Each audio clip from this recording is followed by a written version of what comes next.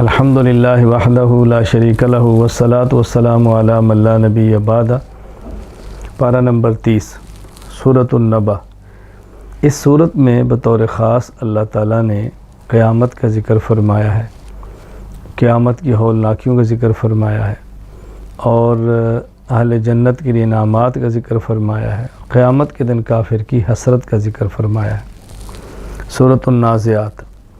اس صورت میں بھی اللہ تعالیٰ نے قیامت کا ذکر فرمایا ہے، دوبارہ جی اٹھنے کا ذکر فرمایا ہے، اور اسی صورت میں اللہ تعالیٰ نے فرعون کو عذاب دینے کا ذکر فرمایا ہے اور آخرت کی طرف متوجہ فرمایا ہے۔ سورہ عبس۔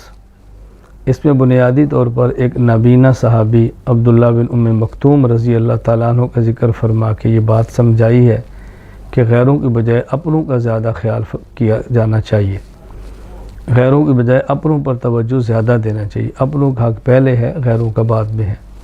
طلب والے کا حق پہلے ہے، بے طلبوں کا بعد میں ہے۔ اور اس میں بھی پھر قیامت کا تذکرہ کیا ہے۔ قیامت کے دن بعض چہرے سفید ہوں گے جو اہل ایمان ہیں، بعضوں کے سیاہ ہوں گے جو کہ اہل کفر ہیں۔ سورۃ التکویر۔ اس میں بھی قیامت کا ذکر کیا ہے، علامات قیامت کا ذکر کیا ہے، اور پھر آخر میں حضور اکرم صلی اللہ علیہ وسلم کے بارے میں ذکر فرمایا کہ آپ کا ایک مقام ہے، رتبہ ہے، اور آپ مجنون نہیں ہیں، الحمدللہ اللہ کی طرف سے۔ سورۃ الانفطار۔ اس صورت میں بھی قیامت کا ذکر کیا ہے، اور پھر اللہ تعالیٰ نے بطور خاص انسان سے محبت کا شکوہ کیا ہے کہ اللہ کریم ہے، سب کچھ دیتا ہے، پھر انسان اللہ کی ذات کے بارے میں دھوکے میں کیوں آ جاتا ہے۔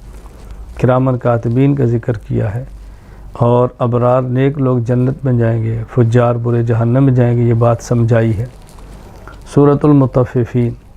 اس میں بطور خاص یہ بات سمجھائی ہے کہ ناپ تول میں کمی نہ کرو، قیامت کو سامنے رکھو، آخرت کے اجر و ثواب کو دیکھو، اہل ایمان خوش ہوں گے، اور یہ ناپ تول میں کمی کرنے والے اور کفار قیامت کے دن بہت پریشان ہوں گے۔ اور یہ کافروں کا کام ہے ناپ تول میں کمی کرنا، مسلمانوں کی شان نہیں ہے۔ سورۃ الانشقاق۔ اس میں ذکر فرمایا قیامت کے دن جس کو نامہ اعمال دائیں ہاتھ میں ملا سمجھو حساب آسان ہو گیا، نامہ اعمال بائیں ہاتھ میں ملا سمجھو حساب بہت سخت ہو گیا۔ اللہ تعالی ہم سب کو اعمال نامہ دائیں ہاتھ میں عطا فرمائے۔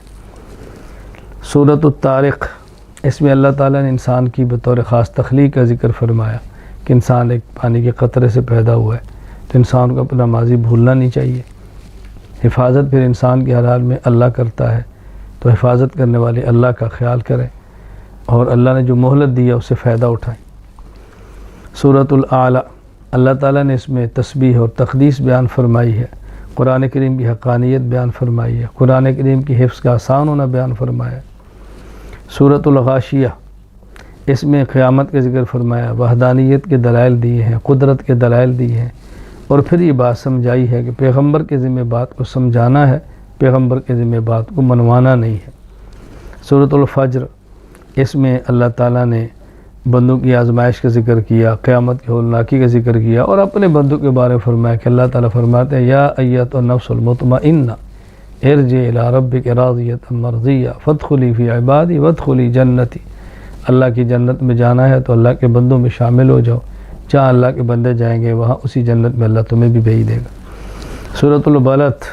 رسول اللہ صلی اللہ علیہ وسلم کے پیارے شہر کی قسم اٹھا کر اللہ پاک نے یہ بات سمجھائی ہے کہ دیکھیں اچھے اعمال کا وزن بہت زیادہ ہے، برے اعمال کا کوئی وزن ہی نہیں ہے، تو اچھے اعمال کی کوشش کرو، ترغیب دی ہے۔ سورۃ الشمس۔ اس صورت میں اللہ تعالیٰ نے 11 قسمیں اٹھا کر یہ بات سمجھائی ہے کہ جو شخص تقوی اختیار کرے گا، اصلاح کرے گا، کامیاب ہوگا، جو تقوی اختیار نہیں کرے گا، اپنی اصلاح نہیں کرے گا، وہ شخص ناکام ہو جائے گا۔ سورۃ اللیل۔ اللہ تعالیٰ نے قسمیں اٹھا کر بات سمجھائی ہے کہ دیکھیں اچھائی کا راستہ اختیار کرو گے تو کامیابی، برائی کا راستہ اختیار کرو گے تو ناکامی۔ سخاوت انسان کو آگے لے جاتی ہے، بخل انسان کو پیچھے لے جاتا ہے، اور مخالفین کی تردید کی ہے میرے پیغمبر، اصل آخرت کی نعمتیں، آپ ان کی مخالفت کی پرواہ نہ کریں، بس آخرت کے کام میں لگے رہیں۔ سورۃ الضحیٰ۔ والضحیٰ واللیل اذا سجا۔ نبی کریم صلی اللہ علیہ وسلم سے محبت کا، اپنے راضی ہونے کا تذکرہ کرایا، کبھی ناراض نہ ہونے کا ذکر فرمایا، اور بطور خاص یہ 3 حکم دیے ہیں مانگنے والے کا خیال کرو، یتیم کا خیال کرو، اور مانگنے والے کو ڈانٹو مت، جھڑکو مت، اللہ تعالیٰ جو نعمت عطا فرمائے اس کا تذکرہ کرو۔ سورۃ الانشراح حضور اکرم صلی اللہ علیہ وسلم کے مقام و مرتبہ کو بیان کی ہے کہ اللہ نے حضور کی عظمت کو بڑھا دیا ہے، اور مصیبت اور تکلیف کا ذکر کیا ہے کہ اللہ جب تکلیف دیتے ہیں تو پھر اس کے بدلے میں 2 راحتیں بھی دیتے ہیں، اس کا بھی خیال کرو۔ صرف مصیبت نہ دیکھو، مصیبت پہ ملنے والی آسانیاں اور اجر اور ثواب کو بھی ذہن میں رکھا کرو۔ سورۃ التین اللہ تعالیٰ نے قسمیں 4 اٹھا کے بیان فرمایا کہ انسان کو اللہ نے شکل و صورت کی بات اپنی مخلوق میں سب سے خوبصورت بنایا ہے، تو انسان کو اس بات کا خیال رکھنا چاہیے۔ پھر یہ صورت نے ایک دن ختم ہو جانا ہے، لہذا آخرت کی تیاری کے اندر لگے رہیں۔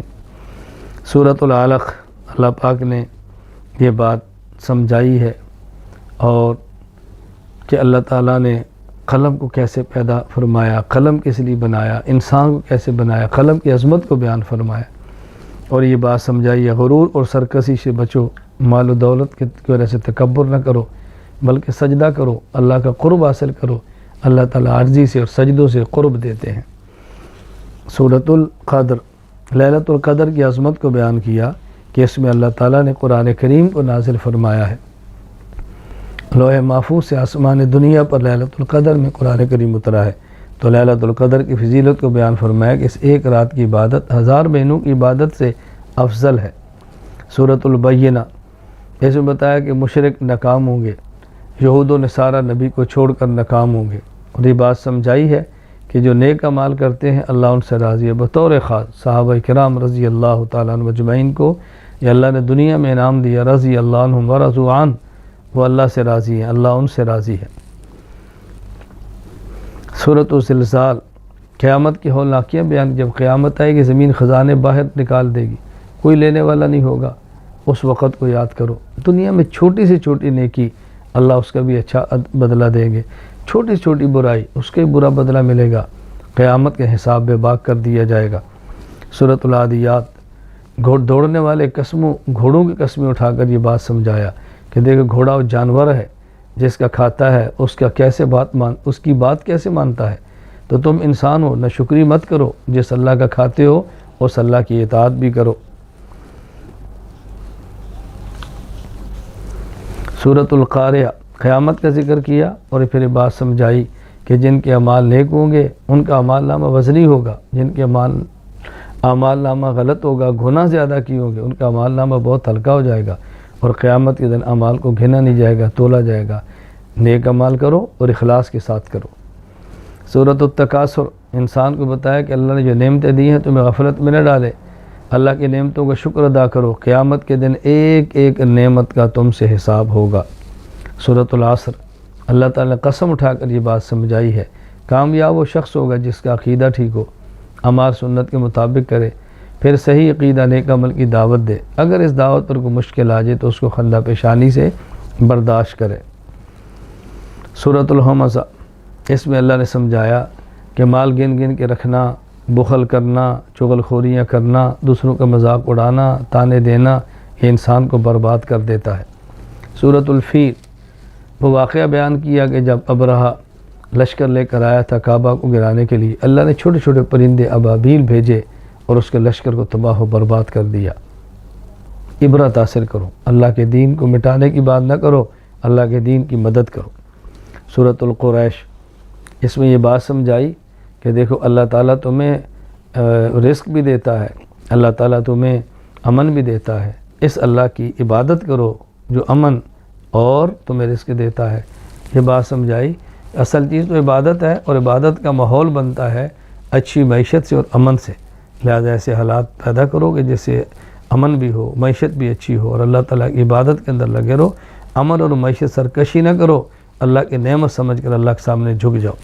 سورۃ الماعون یہ بات سمجھائی ہے، بخل نہ کرو، نماز کی پابندی کرو، نماز میں غفلت نہ کرو، چھوٹی چھوٹی چیزیں کھانے پینے کی ہوتی ہیں یہ دیا کرو، اتنا بھی آدمی بخیل نہ ہو کہ چھوٹی چھوٹی چیزیں بھی روک کے رکھ لے، تو سخاوت کرو، بخل سے بچو، نمازوں کا اہتمام کرو، سستی سے بچو۔